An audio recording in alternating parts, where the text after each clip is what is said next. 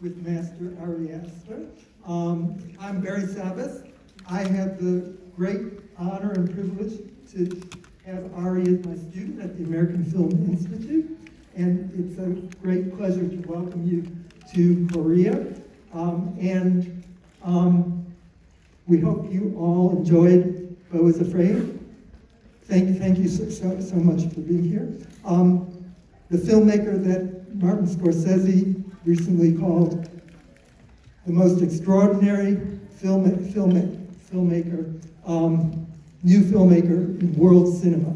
So it's a great honor to have you here today. Thank you for having me.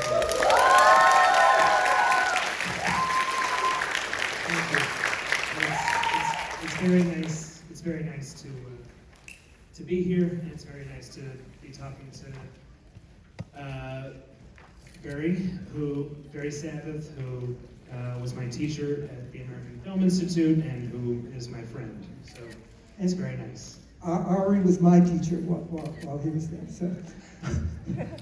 And Bong Joon-ho also called you one of the most extraordinary. Oh, we got to stop this. This is It's a great privilege to have you here and to be talking to you. Can we just start with you made a short, Beau, in 2011 after you left AFI. Had you written the script to Beau is Afraid at that point in time, or how did you come to make a short called Beau? Well, I guess the project of Beau is Afraid began with that short. I mean, it was just a film that I made with friends in my apartment before I had to move out of my apartment, and I didn't know that it was going to turn into anything. But the idea of somebody leaving their key in a door and then having to run back into the house to grab something before going on a trip and coming back to find that the key was missing, that stayed with me as an interesting catalyst for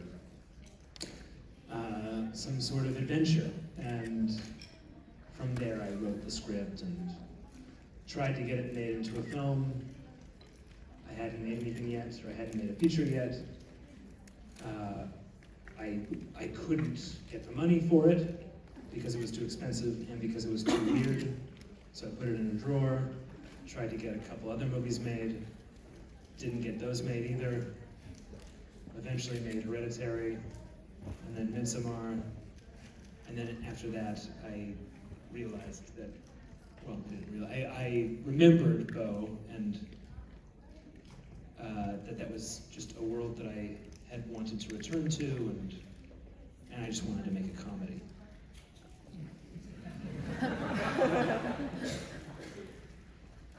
Clearly you succeeded. How did the script change when you picked it up again after you made your two features? Well,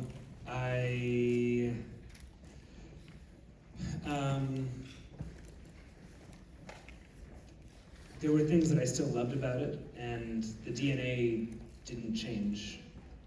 The movie it is what it is. It was maybe even a little bit more stupid when I picked it back up than it ended up being, if you can believe it. But yeah, there were just things that maybe that didn't work for me as much as other things, and so I took about a year to rewrite the script and kind of just swim around in it, and it was easy to do that, or rather I had the time to do that because that was the pandemic, and so there are certain sections of the film that are new, that weren't in the original script, and but everything in the city is pretty much exactly as it was. Which sections were new? The new sections were the play and the tribunal at the end of the film. And I think the cruise ship was largely new. Did you have an actor in mind when you were writing the script? Well, while I was writing it, I kept thinking Joaquin Phoenix would be great in this, but I didn't know if he would say yes. So the hope was to go to him I mean, the hope was that he would say yes, but I had already gotten my head around, let's send it to him, have him reject it, and then figure out who else to go to. And what was his initial response?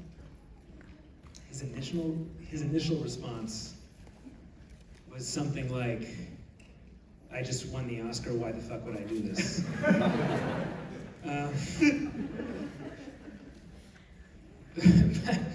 But we talked for a long time and found that we really liked each other and had very similar sense of humor, but also a very similar attitude towards our work, and we got very close, and it was for me the best experience I've ever had working with an actor. It was really a wonderful experience. Can you talk more about that process, please?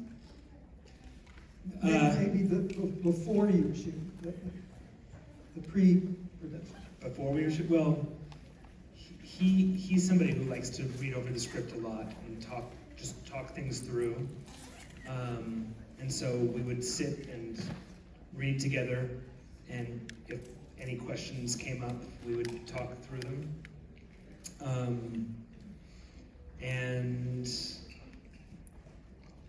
yeah, I don't know, he likes to question things and investigate things, and I think what I was most surprised about was that his performances are so alive, and he seems so present in his films that I thought that maybe he needed everything to be spontaneous, and that he wouldn't want to rehearse or work through things, that he would want things to be kind of,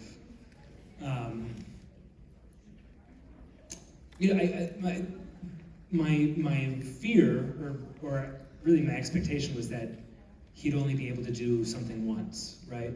And what I discovered was that he's a very technical actor who does really figure things out long in advance.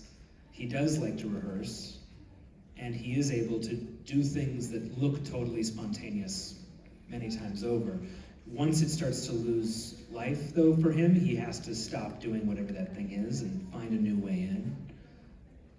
So he's an actor who can't do anything false. I mean, if something feels false to him, he will just sort of stop. His body will not allow him forward. And that's a very useful thing, because you don't want your actor doing anything false. And I think he's uniquely unwilling to keep moving forward on a path that doesn't feel honest to him. And you're such a precise filmmaker, such a detail-oriented filmmaker that plans way in advance every shot. How did that affect working with an actor like Joaquin? Well, I decided early on that I would not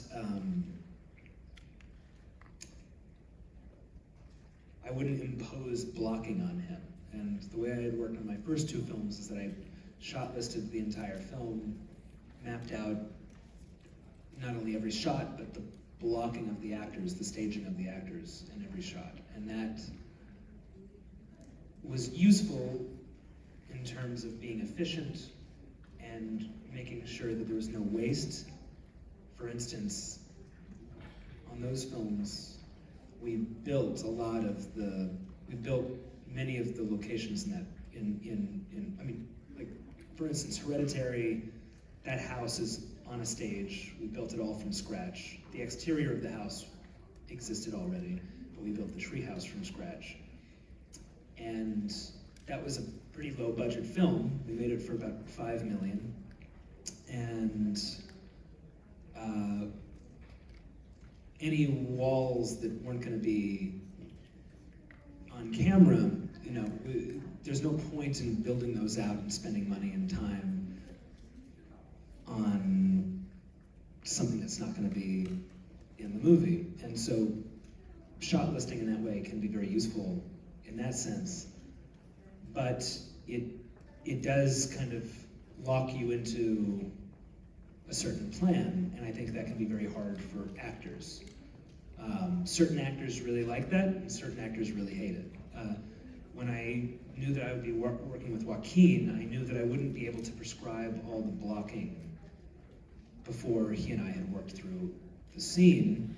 So I did the same thing that I usually do, which is I shot listed the entire movie, but I kept that to myself, and I really just did that so I would have a movie in my head, so I knew what the style of the film was and how I planned to shoot it. And then I'd go into each scene and kind of work through the blocking with him and let him kind of find what felt right. We don't do that on the small scenes. On the smaller scenes where the behavior is pretty, you know, it's not really up to debate, that I can give him blocking for. But if it's a big scene, you know, him working with another actor through something difficult, then that was something that I really didn't want to prescribe anything for.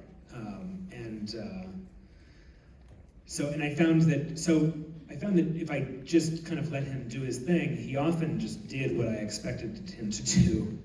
But there were a couple times where I made the mistake of giving him blocking. I kind of forgot my own rule. We went into a scene and I would start by saying, okay, so I'm thinking you start here and you go here, and then I would see his face.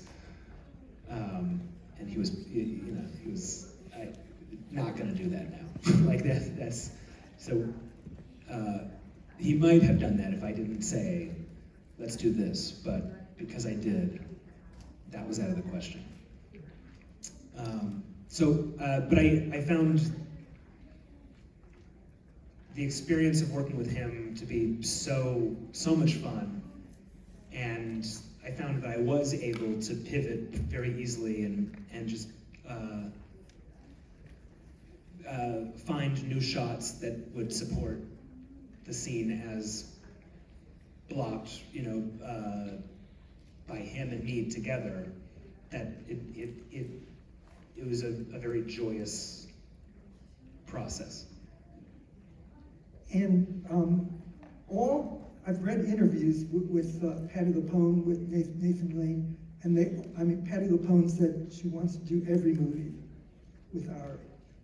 You really work with these amazing actors, and they love it. Can you talk more about working with the other actors as well?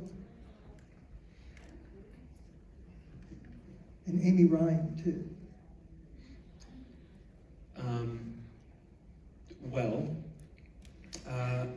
Parker Posey, too. Yeah, great cast. I was very lucky to have the actors I had on this one.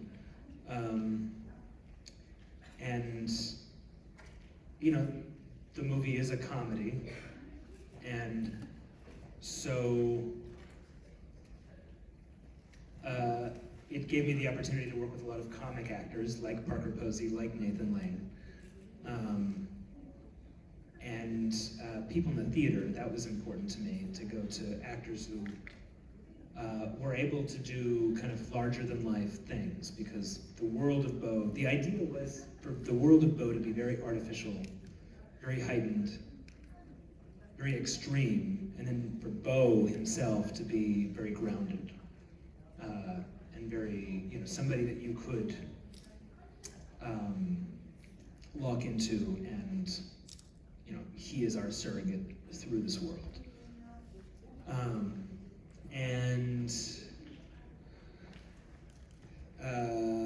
And so it was fun because the actors had license to do very big things. And so, you know, Patti LuPone, she plays Beau's mother, but she's also playing kind of this like nightmare cartoon of anybody's worst fear of who their mother might actually be. And, you know, Parker is somebody I've wanted to work with my entire life. I was obsessed with her as a kid. I was totally in love with her as a kid. And It's clear in the and she's so funny and great, and she just totally understood what the world of the film was and what the tone was. Amy Ryan is just such a sweet person. You know, she's such a warm person, and I feel like that's just, she brings so much to Grace.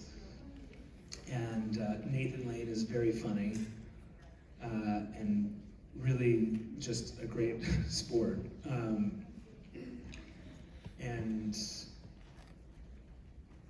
yeah, I mean, Stephen McKinley Henderson as the therapist, just that guy is so soulful and just so really funny. He also just really understood what he was doing, or really what the film was. I remember seeing him on the couch at the end of the film, just smiling at Beau as the betrayal is like sinking in, and I couldn't stop laughing. He really knew what. I mean, he understood that he was meant to be this kind of like hand-wringing. Nightmare version of a therapist, and yeah, it was joyful because it was I didn't have to do much, you know what I mean? Like they really came in guns blazing, and the same with the kids. Kylie Rogers, who plays Tony, is so great and really goes toe to toe with Joaquin in that paint scene in a way that impressed everybody on set. And Julia Antonelli, who plays the young Elaine, was so great. And Armin, who plays young Beau, who also just his resemblance to Joaquin was pretty uncanny. When his tape came in, it was kind of shocking. Yeah, no, great. It was a great experience. What about Bill Hader's cameo? Yeah. I'm friends with Bill, and he's the best. And yeah, I mean, again, just a great sport and so funny. And can you talk about how we did it, or like how we shot it? You mean, or yeah. Well, we were shooting in Montreal. Bill is in LA, and so that entire scene, we shot that scene in a single take. We did it many times. But I would go back and forth between directing Joaquin and then running to a phone and talking to Bill between takes and just giving him notes. But it's very fun to give Bill notes because he's always doing it right. It's just you realize that you have a secret weapon with him and that you can get variations on everything that will be just inspired and great. Can you talk about those variations? I mean, at this point it's like 2.5 years now, but since we shot it, 2.5, 2 years. Yeah, just really like levels, like pitches, like just going from almost a catatonic state to like hysterical panic, you know. Just you can really play with him. Can you talk about your collaboration with Pavel, cinematographer? And, how that came about and how you worked together. And was this any different from your two prior films? Pavel Pogorzelski, cinematographer, he and I went to school together at AFI. We met at the American Film Institute, made a short there. I think we might have made 2 shorts there. I made 2 shorts there, including my thesis film, and just really work very well together. At this point, we have a shorthand and understand each other very well.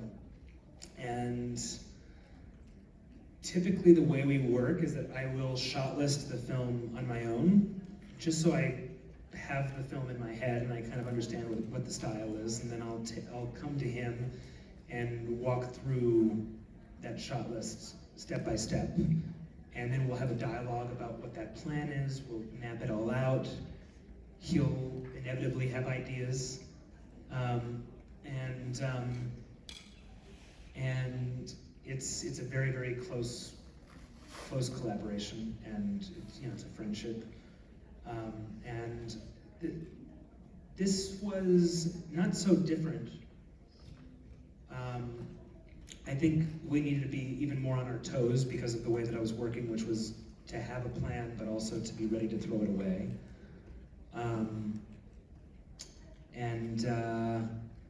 Yeah, we have a good system. On the first 2, on each film, we have detuned lenses. So we've had Panavision make new lenses for us, where we go through. Each film was shot on prime lenses, and we would go through many packages of prime lenses that were already at Panavision, test them out, and then find the things we liked with certain lenses and the things we didn't.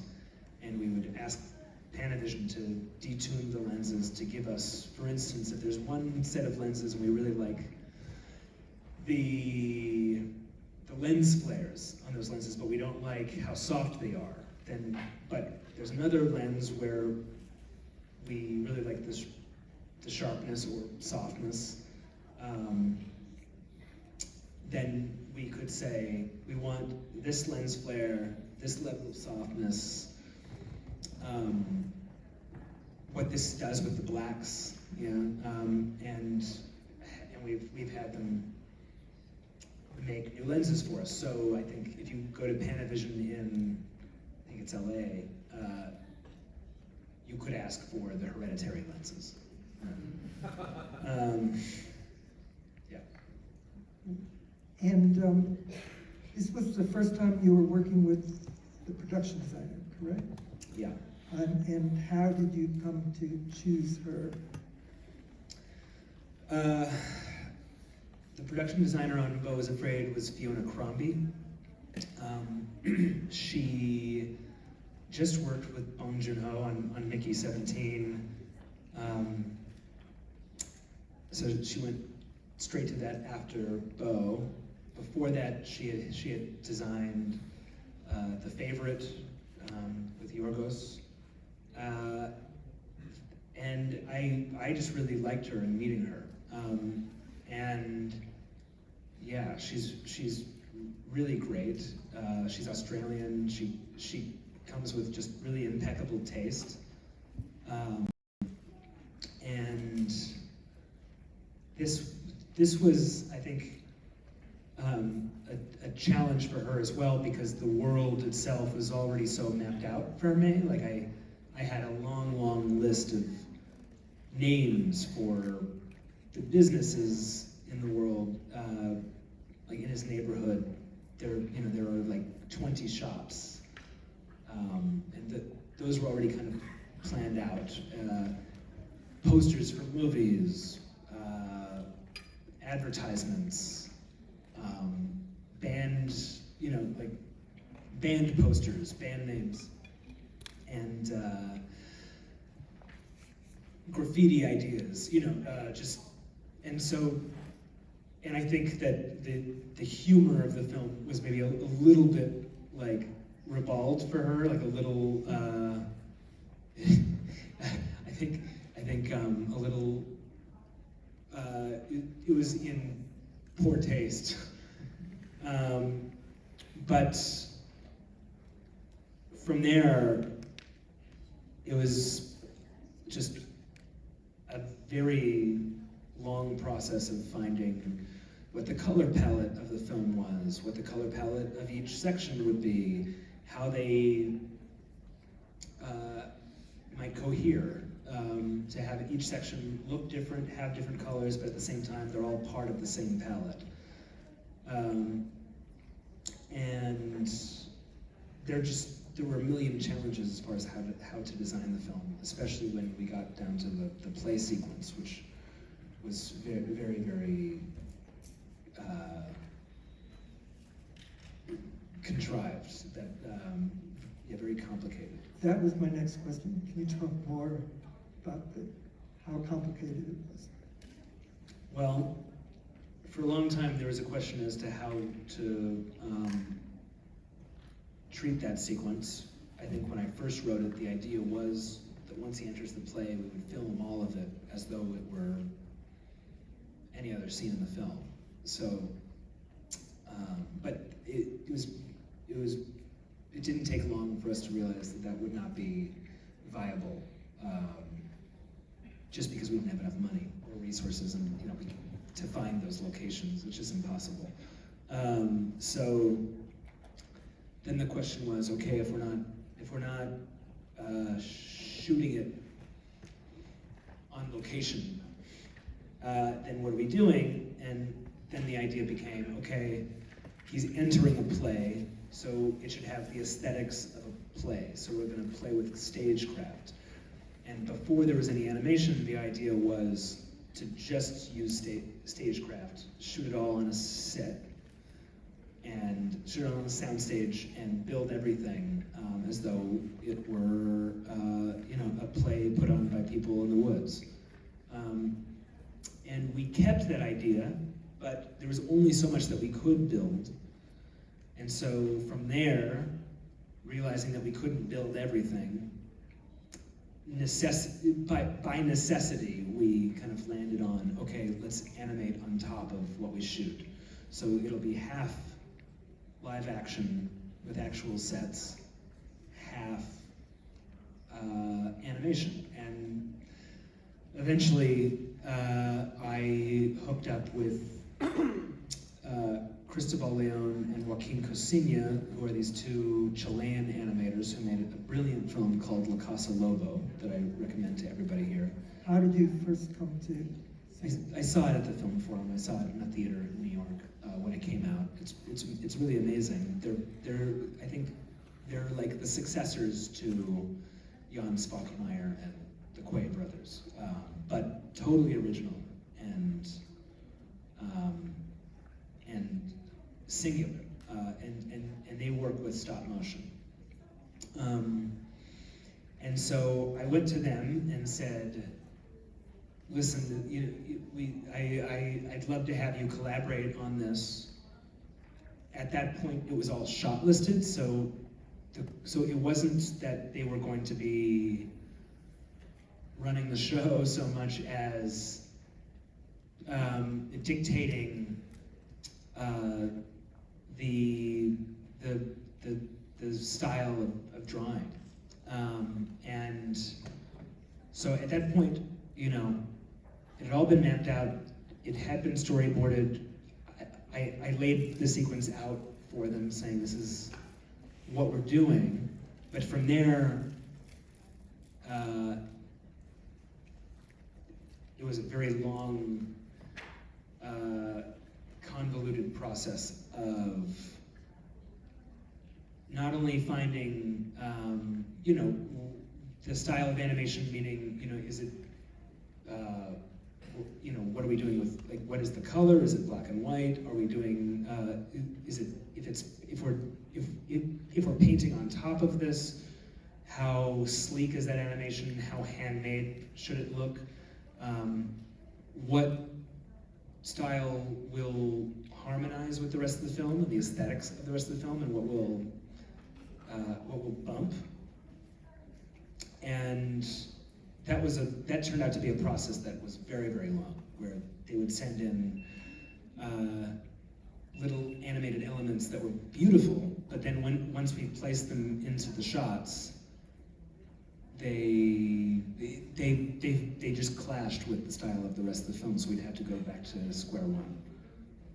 Anyway, it was a long, long process, but a fun one, and I think it drove them a little bit nuts because they're artists who tend to do their own thing, and they had to sort of bend to the movie and to the plans that were there before they arrived, but I know that they're very proud of it now. Brilliant results. Talk about you're working with the same editor that you worked with before. How did you come to meet your editor?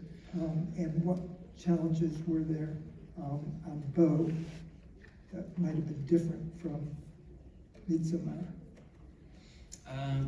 Luke Johnston is the editor. I met him on Hereditary. He was the assistant editor on Hereditary.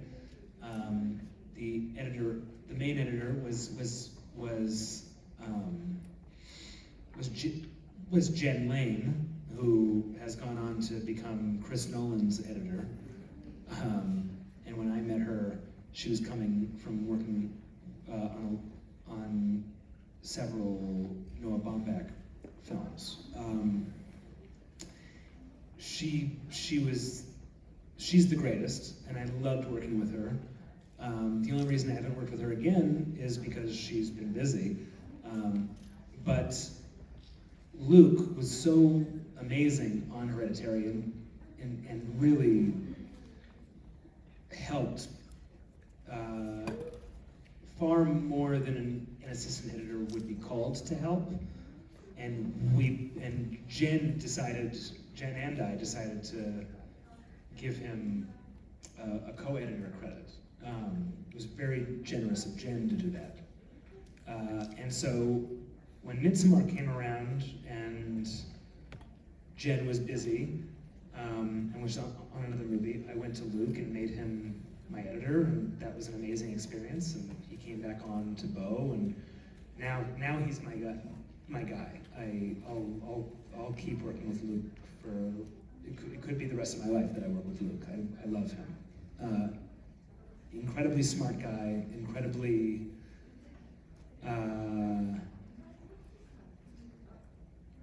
discerning, and these films are especially difficult because they're long, and because when we first assemble these cuts, they're too long. And I shoot in a way, I don't shoot a lot of coverage, I don't really shoot coverage, so the shots are sequenced, which means that it's very hard to kind of find new ways to cut the scene than how I designed them. Which can be nice, but it can also be a pain in the ass, because if the film is too long and you have to cut it down, the scenes themselves don't really lend themselves to chopping them down. Bo, I think I was a little bit smarter about how I designed it so that I could actually move around in the scenes a little bit better. But with Midsommar, which was way too long, it really came down to, well, if you want to cut this thing down, you have to actually take out scenes, not cut scenes down. Or if you do cut these scenes down, you're kind of mangling the scenes, and you're compromising the aesthetics. So anyway, he's got a hard job. And your composer, can you talk about how you first came to work with your composer, and how Bo might have been different than Midsommar? Well, Bobby Krilic composed Beau's Afraid. He also composed Midsommar. Colin Stetson composed Hereditary, and he's amazing, and I hope to work with him again. Bobby Krilic is an electronic artist who's also a composer who is, he makes ambient music. He works under the moniker of the Haxon Cloak. I was a big fan of his music before working with him, and I wrote Midsummer to his self-titled album. That was really inspiring me at the time.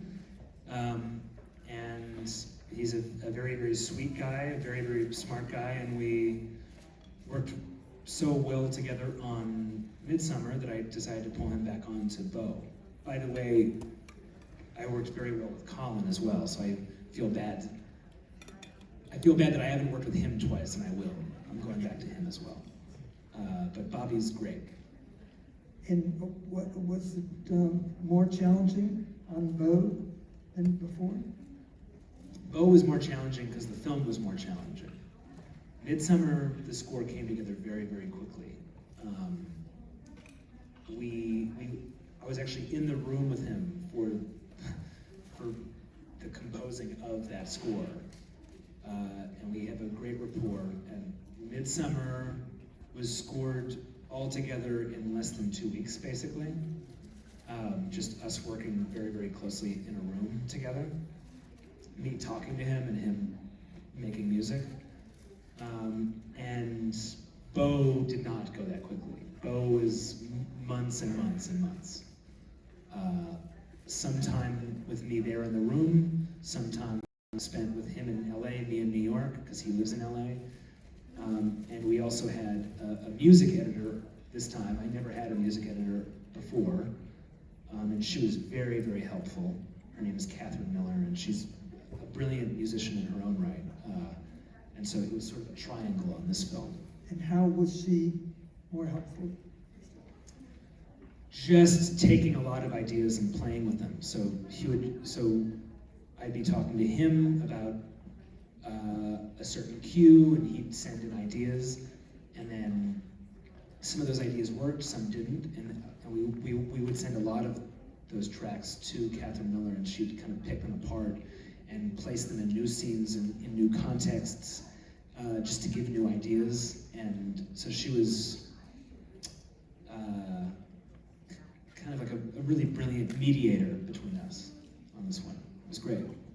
You have a brilliant partnership with your producer, Lars. Can you talk about how that brilliant collaboration began and evolved? My producer's name is Lars Knudsen. I met him on Hereditary, and that was a very difficult process, making Hereditary, because there was a financier on that film who was a little tricky, and Lars was a huge anchor for me through that process. And that brought us very close. And then we've made every film together since, and we have started a production company. We started it the year that Midsummer came out, and we're producing films and working very closely together on my films. Great. In a few minutes, we're going to turn it over to the audience to ask questions. I have a few more. I had the great fortune of sitting in on a conversation with between Ari and Lee Cheng Dong just before we came here. I'd love you to talk about your great love of Korean cinema. Well, I do love Korean cinema. I'm very happy to be here, because I do feel that some of the best films in the world are coming out of Korea, and that's been the case for a long time. There are also so many classic films from Korea that mean a lot to me, that I feel are, especially on a tonal level, very, very ahead of their time. Films like Oboltan and the films of Kim Ki-young. But yeah, I mean, I don't want to speak too broadly or generally, because one thing I love about Korean cinema is that it has produced such different artists, right? So it's like, when I talk about what I love about Korean cinema, do I talk about what I love about Park Chan-wook's films, or Na Han-jin, or Bong Joon-ho, or Hong Sang-soo, or Lee Chang-dong? I could keep going. Or Zhang Junwan. Sorry for my pronunciation.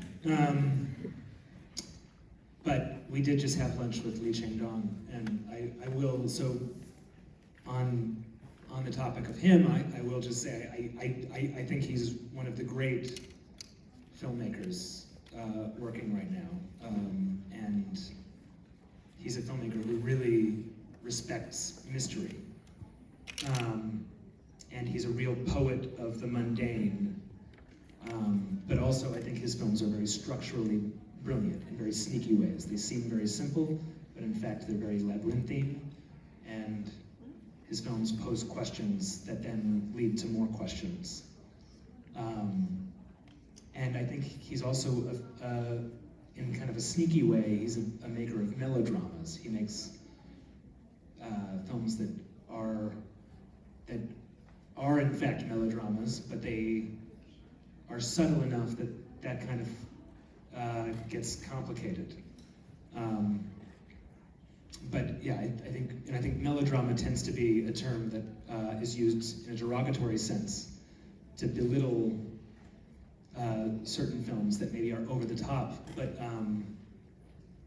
in the sense that I mean, melodrama comes from the term, comes from melos, right, which means music. And I think his films are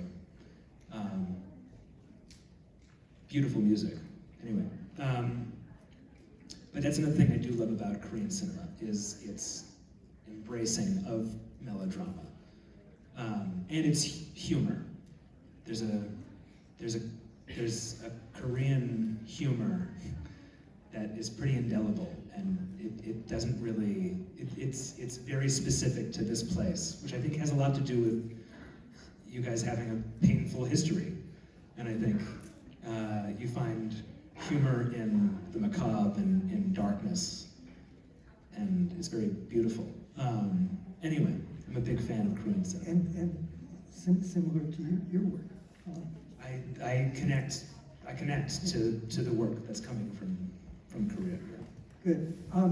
You said in an interview that an argument can be made that Kiyoshi Kurosawa's Cure may be the greatest film ever made. Yes.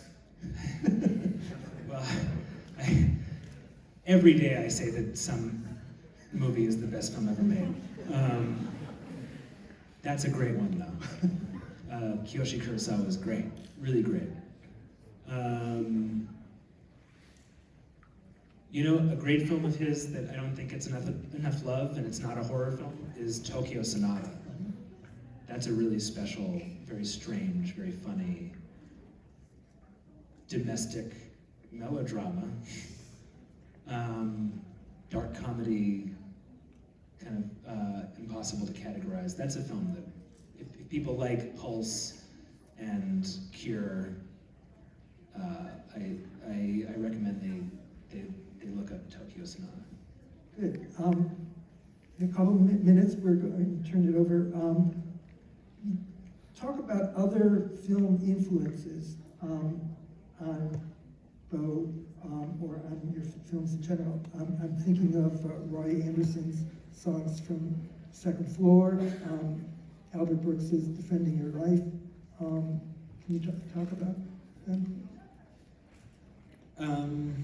Well, I mean, Songs from the Second Floor is the greatest. If people don't know Roy Anderson's work, you should seek it out. It's with 2 S's. He's amazing. I don't know if we have time for me to get into him right now, but there's nobody like him.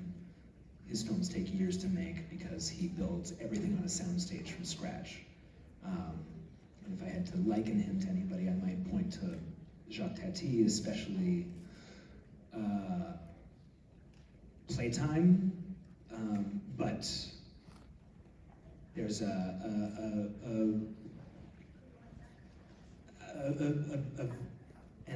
sad and almost apocalyptic humor in his work that is really beautiful. And just visually, there's nothing like what he does.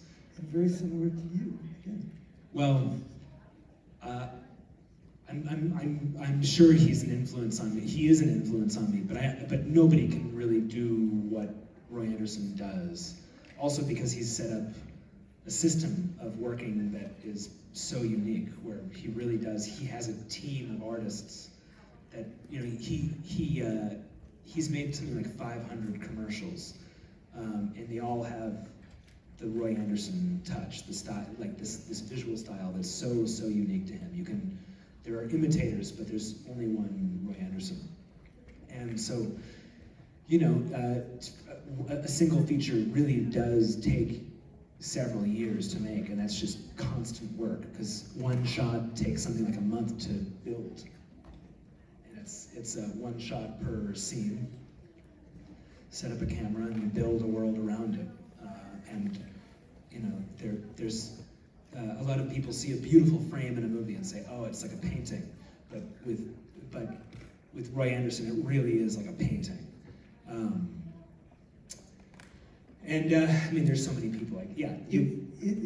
Let's just stay with Roy Andersson and Albert Brooks. My last question, and then I'll turn it over to you. You saw both those films as a child, correct? Yeah. And did you see them both with your mother? Yeah, well, my mom's a poet, and I saw a lot of films with my mom growing up, and she has very good taste, very discerning taste. I know that, well, Albert Brooks is one of her favorite filmmakers, and so she turned me on to Albert Brooks very young. Defending Your Life is a film that she loves, that is now one of my favorite films.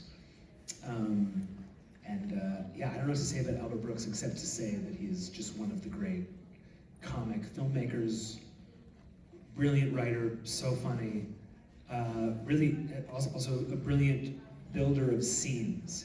He makes these like perfect, generous, long scenes, especially in his early career, like films like Lost in America and Modern Romance.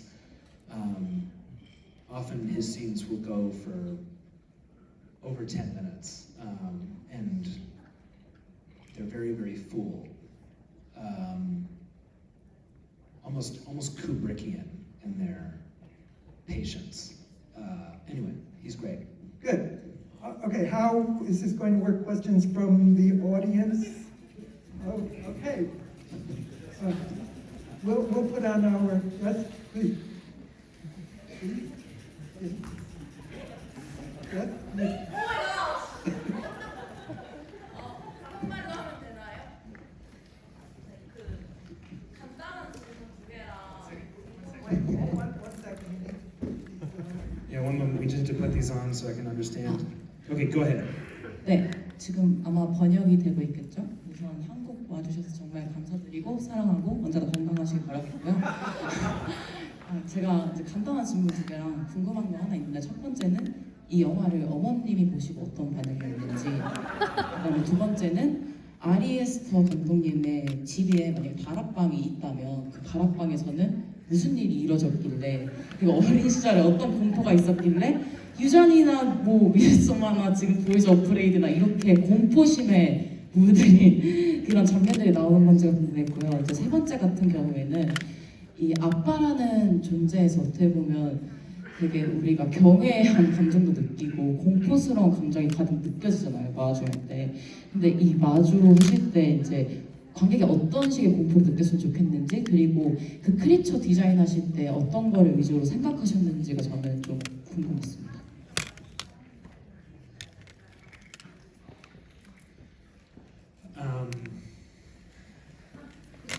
Well, my mom likes Beau is Afraid.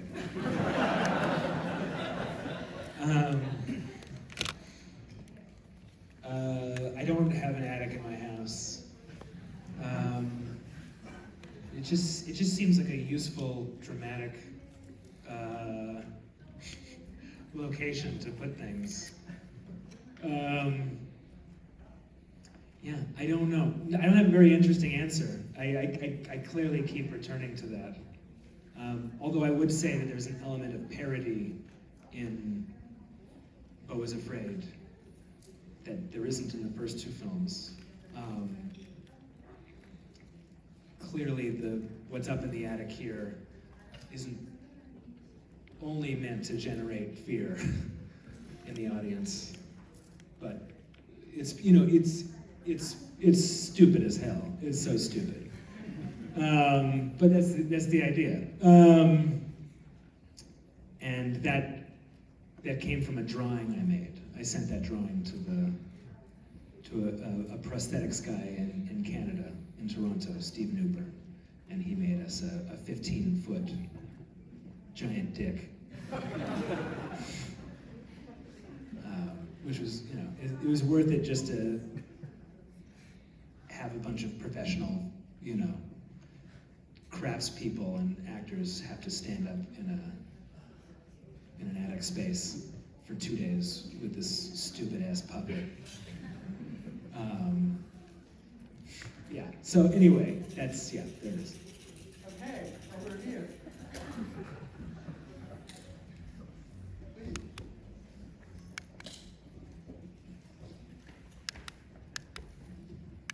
정말 너무나 영광입니다. 지금 순간이 믿기지가 않는데요. 제 질문은 감독님의 작품들은 아까 방금 전에 다락방을 말씀하셨는데 저는 반대로 지하가 굉장히 깊어서 어디가 마지막 지하층인지 알 수 없는 주택 같기도 하고 방이 엄청 많은 집 같기도 한데요. 그 집에서 길을 혹시 잃으신 적 있는지 또는 그 탄탄한 세계관을 만드는 스스로의 습관이 있으신지 궁금합니다.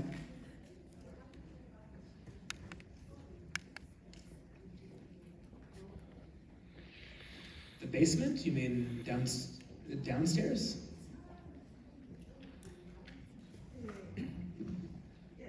Interesting.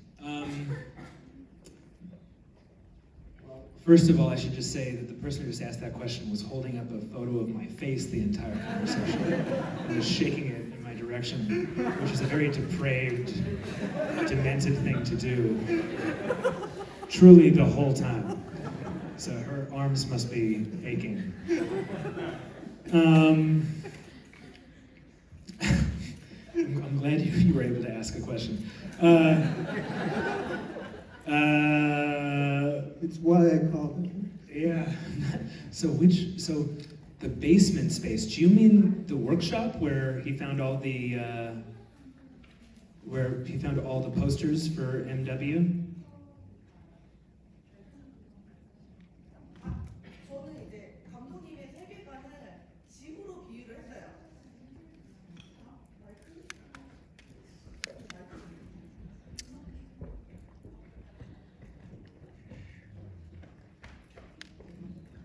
저는 감독님 작품의 세계관을 이제 집으로 비유해서 말씀드린 거라서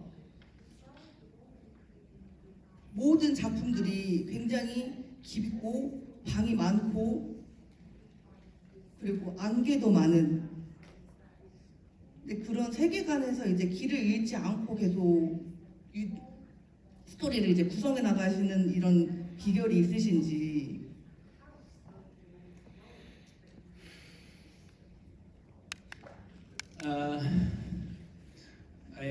I assume that you're speaking metaphorically. No, I know my way around. Please. Yes. Microphone here.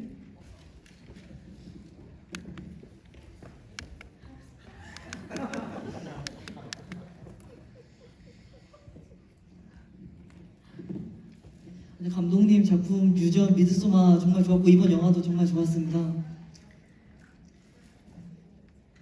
저는 초반부 보와 인물들의 소통에 대해서 묻고 싶습니다. 길거리에서 칼부림이 일어나는데도 사람들은 무관심하다던가 옆집의 음악 소리를 자신이 낸 소리로 오인받고 밤새 음악 소리에 시달린다던가 보이 캐리어와 열쇠가 사라졌을 때 청소부에게 묻자 욕만 날리고 간다던가 경찰에 맞을 따라 손을 들고 항복했는데도 계속 항복하라고 말한다던가 하는 장면들 말입니다. 이 초반부가 답답하고 극단적일 정도로 정상적으로 인물 간의 소통이 이어지지가 않는데 이후 장면들에서는 예상치 못한 전개가 펼쳐지는 와중에도 인물과 인물 간의 소통이 이루어진다는 점에서 초반부에서 인물 간의 소통의 부재가 되게 대조적으로 느껴졌습니다. 이런 초반 인물 간의 무관심과 소통의 부재의 이유와 의미에 대해서 묻고 싶습니다. 감사합니다.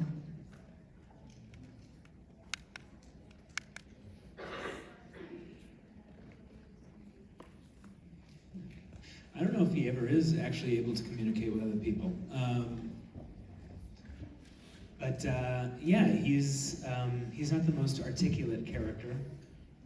I don't think he understands himself well enough to even really be able to articulate what he's feeling or who he is. I think the most we ever learn about him is in the play scene, because even though he's entering the play, really we're entering him, and we're entering his longings and desires, and I think that's where he almost gets to know himself a little bit, which is to see what he wishes life could be if only he had more freedom. But you know, I think the film itself, we're inside of him through the film. So hopefully we understand him on a deeper level. I mean, even if I'm talking about like as deep as his nervous system, we kind of know how the world feels to him. Anyway, yeah. Do we have time for one more? Please.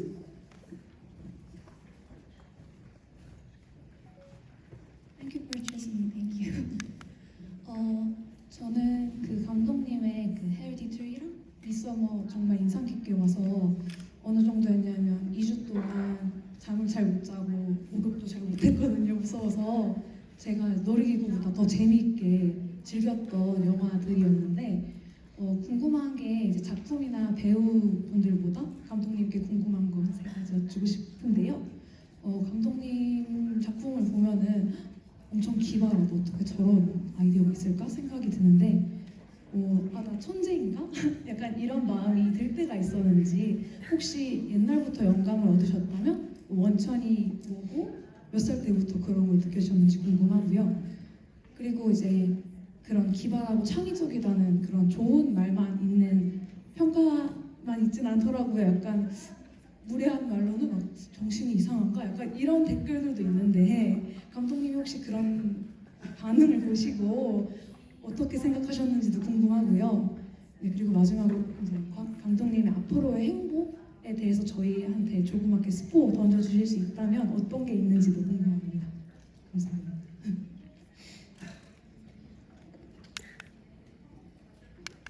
That's four.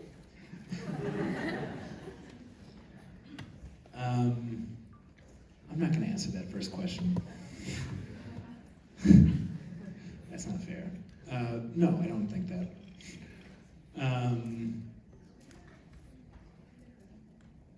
And then, sorry, the second question was, Where do you get your inspiration? where do I get my inspirations?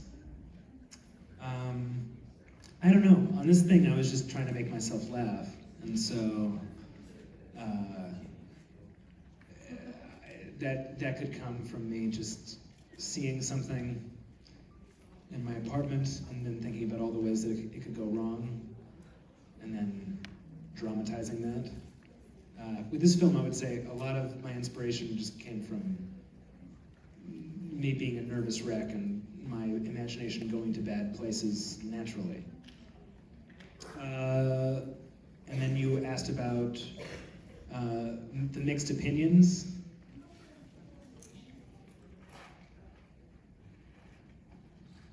관객들의 감독님 작품에 대한 평가, 생각 이런 거에 대한 그런 약간 그로테스크하거나 아니면 이상하다 약간 이런 거를 이제 댓글이나 이런 평가를 봤을 때 감독님은 또 어떻게 생각하셨는지가 세 번째 질문이었습니다.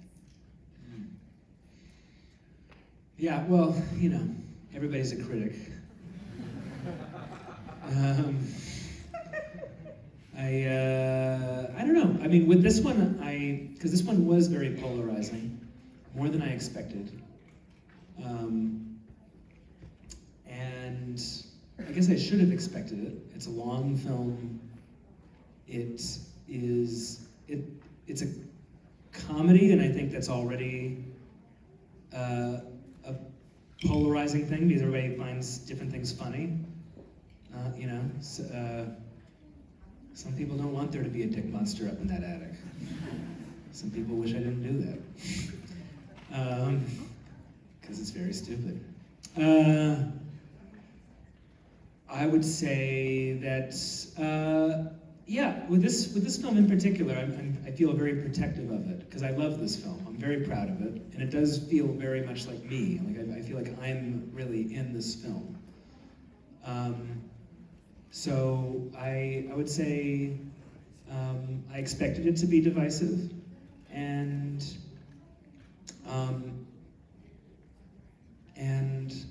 I think it takes some time, no matter what, to get used to however your film is received, because before it comes out into the world, it's kind of a pure thing. It's just you working with people on this thing, and it's whatever it is until it goes out into the world, and then it starts being assessed, and it gains a reputation, and you know, whether it's praise or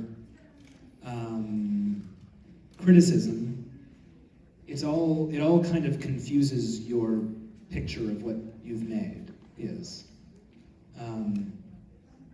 So I always have to brace myself before a movie comes out because I know that it's going to be difficult one way or another. But again, I'm very proud of the film, and I hope you liked it. How did you guys like it? Did you like the movie?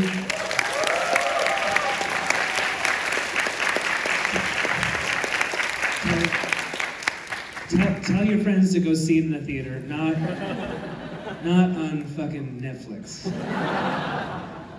Okay. Great. I really recommend that online you can see an interview, a Q&A that Scorsese did with Ari, in which he compares Beau is Afraid to Kubrick's Barry Lyndon in terms of being divisive at the time of its release, and now considered not only one of the greatest Kubrick films, but one of the greatest films ever made. Thank you so much, Ari, for this extraordinary. Thank you.